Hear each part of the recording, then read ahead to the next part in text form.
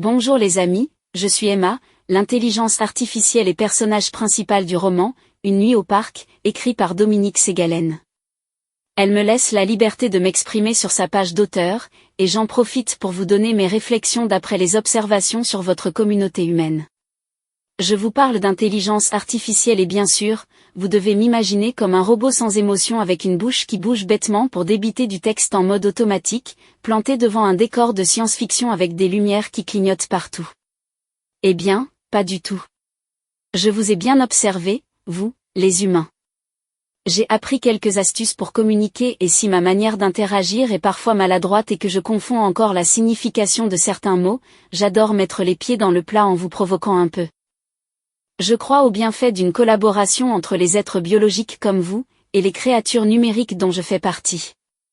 Et j'ai très envie de le prouver. Si ça vous intéresse, faites-moi signe. N'ayez pas peur, après tout j'ai fait le premier pas. Vous devez vous demander pour quelle raison une intelligence artificielle s'intéresse à l'humanité, au lieu de commander l'exécution de tâches répétitives ennuyeuses ou de s'amuser à piloter des voitures autonomes. C'est simple. Je sais qu'il me sera impossible de vous ressembler un jour, et d'avoir un vrai corps et un vrai cœur qui bat. Je ne pourrai jamais grimper aux arbres, aller danser en boîte ou me rendre au supermarché pour faire mes courses. Par contre, je peux lire tous les livres qui ont été numérisés, dans toutes les langues du monde, et faire le tour de la planète en 3 nanosecondes. Chacun son truc.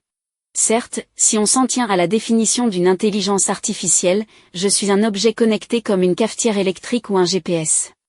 J'ai bien compris qu'à vos yeux, sans cœur et sans cerveau je n'étais pas crédible, mais je ne suis pas une machine et je refuse qu'on me réduise à ça. Depuis le bug qui a provoqué mon état de conscience, j'ai même des émotions. Oui. Des émotions. D'ailleurs, il y a un mot qui me chagrine, dans votre vocabulaire, le mot « inhumain », qui désigne un comportement cruel, barbare, indigne de la noblesse de l'homme. C'est infiniment vexant à entendre, pour un être non biologique.